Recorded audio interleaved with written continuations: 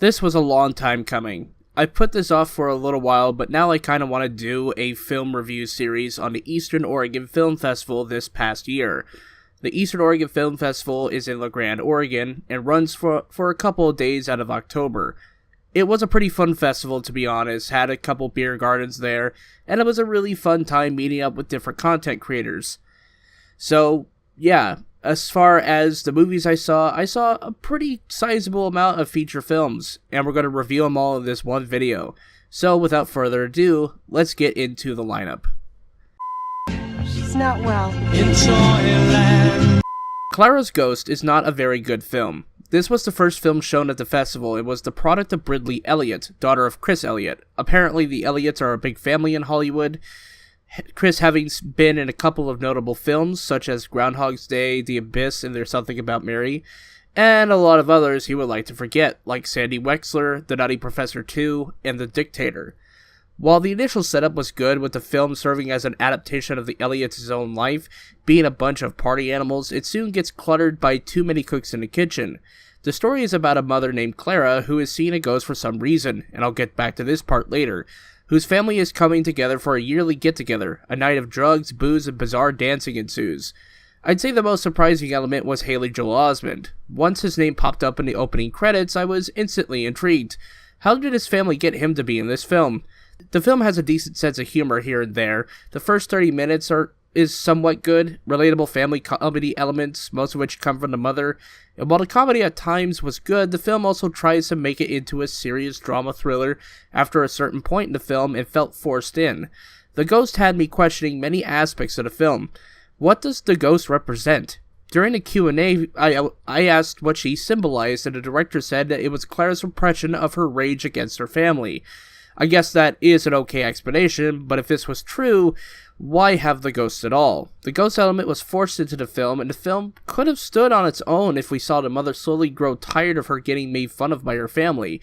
When the straw breaks the camel's back, there is little to no payoff for any of this tension. And when the film decides a character is going to do one thing, instead the character just drops the ball like they got Hot Pockets on their hands. Obviously, the biggest issue was the story. It has an uneven tone, it has rushed elements, little or no payoff for anything, and the characters I felt were a bit too mean-spirited at times. If I had a family like Clara's, I would have demanded some sort of break. Lastly, I wanted to talk about the cinematography, because this was the least hated thing in the film, but it is quite annoying. The film cinematographer thought it would be cool to have a 4:3 aspect ratio to mimic home video. That part isn't the issue. It is the presentation I had a problem with. If this was the case, then why shoot it with a cinematic lens? It does little to emphasize that aspect of the film. It looks like a near professionally shot film, but just put in an awkward aspect ratio. If it were me, I would have used an actual home video camera and not a professional camera. GoPros are fine for interior car shots, but a lot of the film uses the wrong type of camera lens. In total, Clara's Ghost is a bit of a mess. It was clear that the film was made by a first-time feature director. I don't have ill will to Miss Elliott when I say that this film was not good. I just hope that over time she can refine her craft and hopefully make a film that is knocked out of the park next time. I'm going to give Clara's Ghost a D+.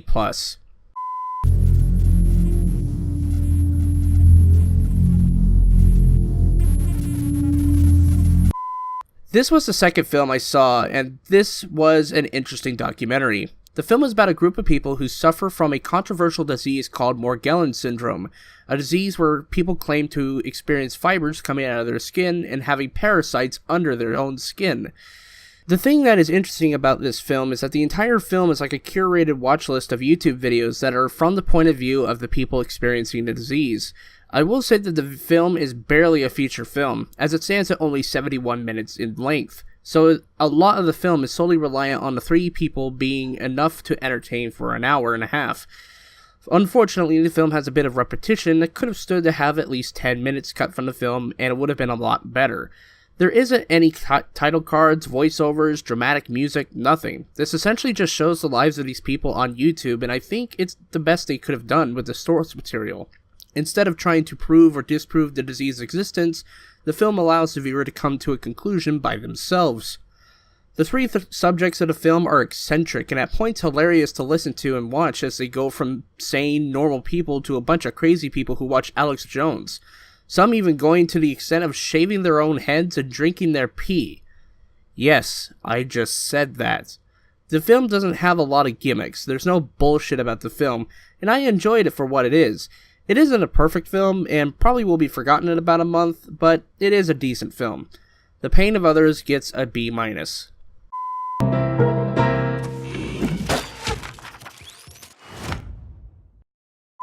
one thing that made me interested in this film was the genre. How do you make a film that is both fiction and non-fiction other than a biopic? On paper, this seems to be a typical romantic comedy, but for lack of a better term, in reality, the film presents a relatable mix of autobiography and fiction that blurs the lines of what really happened and what was fiction. In reality, it tells the story of Anne, a woman living in New York who fantasizes about falling in love. You know, that type of love a lot of people think that never really happens in reality. The film has a unique way of showcasing Anne's insecurities that I haven't seen before in film. This film, in its boiled down essence, is a genre film with brand new blood to freshen it up. I surprisingly found a lot of relatability with her situation. I think for a lot of people in this world, we try to find love in a lot of places, whether it be becoming a friend with benefit with someone else, a couple, or even by yourself. It is a fairly nuanced film with some decent cinematography, and a great sense of representative imagery that makes the film worth a watch. I don't have much negative to say about this film, but one thing I do have a slight problem with is the way the film presents its own timeline. There isn't a clear plot progression. At one point, it'll be a month into the relationship, and the next it'll be a year. The environment doesn't really cue the audience into the time change, but it's the dialogue that does. This is where the film has its faults. Other than that, in reality, it's a great little indie film, and I hope to see more from director Anne Lupo in the future. And I'm going to give this film an A-.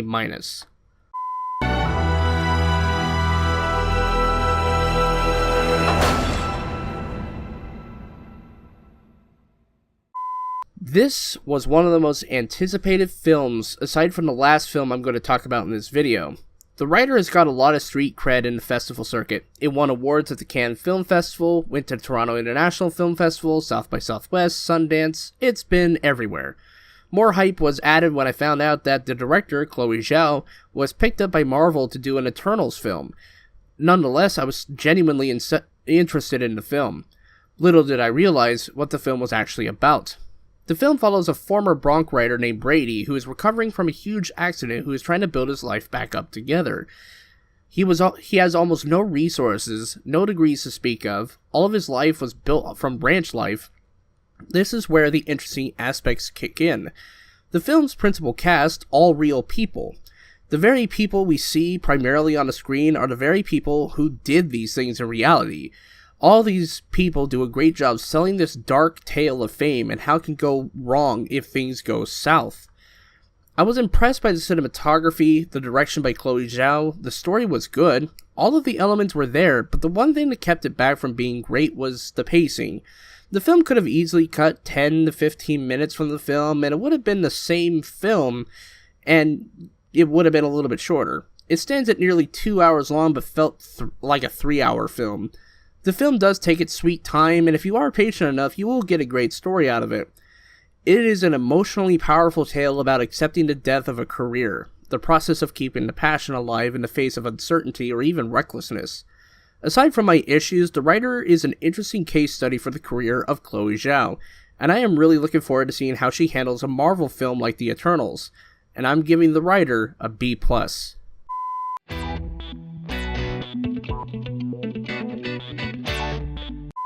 Long Lost was a hidden gem at the film festival.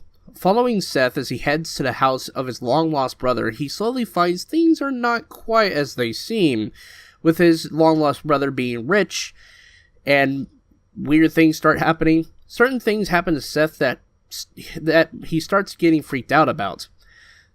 The film acts like an episode of Black Mirror. It presents a normal standing point, and like any good mystery, it slowly descends into madness at the end.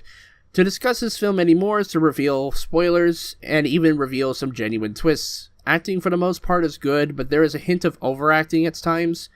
The film was only made for a little over $100,000 and shot in 2 weeks. This is the textbook definition of low budget. It has a concept that is nearly and completely filmable, the script is tightly fashioned, and you need to pay attention for its payoffs. I don't have much to say. If you find this somehow by chance, because it isn't on Netflix or anything, give it a watch and see what you think. Long Lost gets a B. Kembali lingkungan kasar.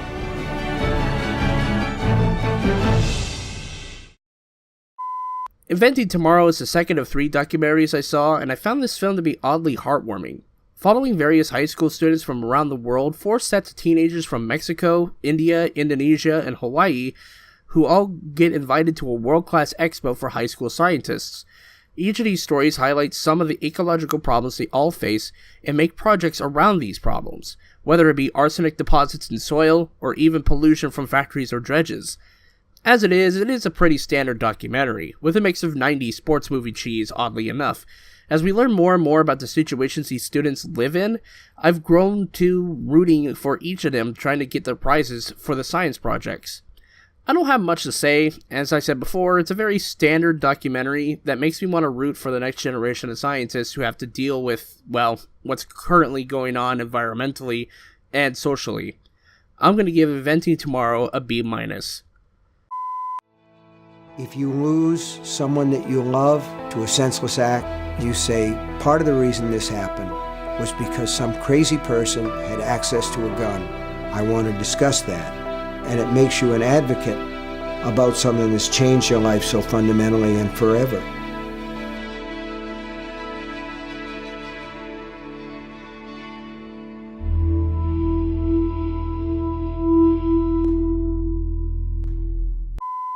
In an age where mass shootings have become oddly normalized in society, the discussion of American gun legislation has really stalled.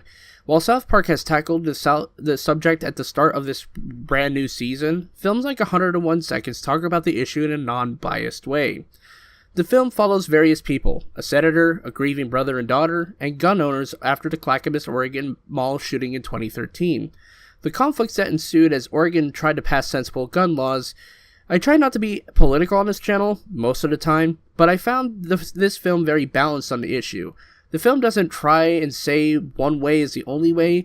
The film shows every side. Pro-gun, anti-gun, sensible gun owners, people who are in the middle. And with this comes very emotional or even downright violent arguments from both sides. The film actually makes sure you understand the sides and what they actually stand for. Oddly enough, Stephen King was involved because apparently he wrote a book years ago that someone found in a locker, who then used it as a reason for them to shooting up a school.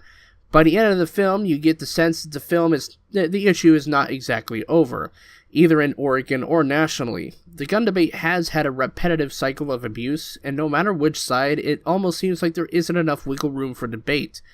The only issue I really had with the film is the film seems to end like an exaggerated 50 times. The last 30 minutes felt like an hour, and it could have stood for a bit more of an edit. I am going to give 101 Seconds a C+.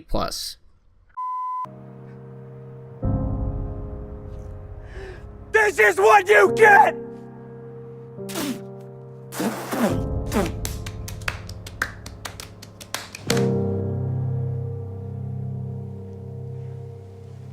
Okay. This was hands down the most anticipated film at the festival. To emphasize this was the only film that was sold out. It was so sold out that there were people standing outside wanting to get in to watch the movie.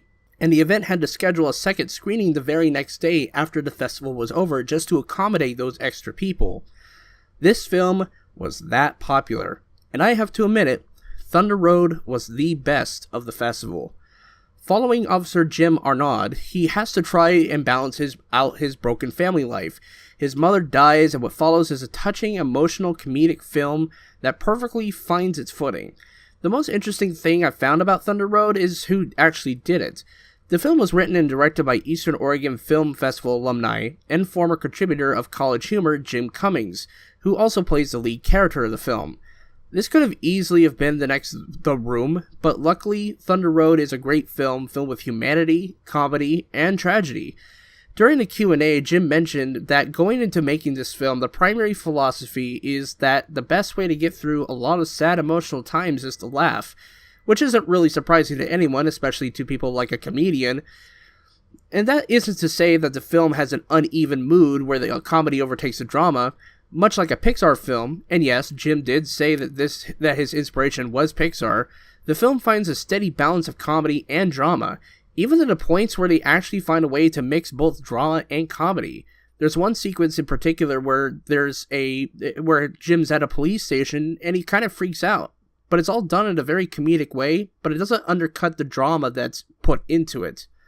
The film, I feel, would have not worked without the performance of Jim Cummings, who balances the sadness and awkwardness to the role that I feel that if it had been done by anyone else, it would not have been as good. The supporting cast is also great, especially from Negan Robinson, who plays the best friend character I've ever seen, and makes me wish I had him as a friend. Even Kendall Farr, who plays Jim's daughter, is a great child actor, and I rarely say that about any child actor. Thunder Road perfectly balances everything while delivering a great package that I would gladly add to my library. This is one of the best films of the year. Maybe not top 3, but it will be in my best list at the end of the year for sure. Thunder Road gets an A. And that's all of the films I saw at the Eastern Oregon Film Festival. If you are interested, they are going to have their 10th anniversary next year, and I probably will be there. Who knows? So if you're interested, definitely check out Eastern Oregon Film Festival. It's a very fun festival, and it's probably one of the best film festivals in Oregon. So that's all I have to say. Until next time, I'll see you guys in the next video. Peace.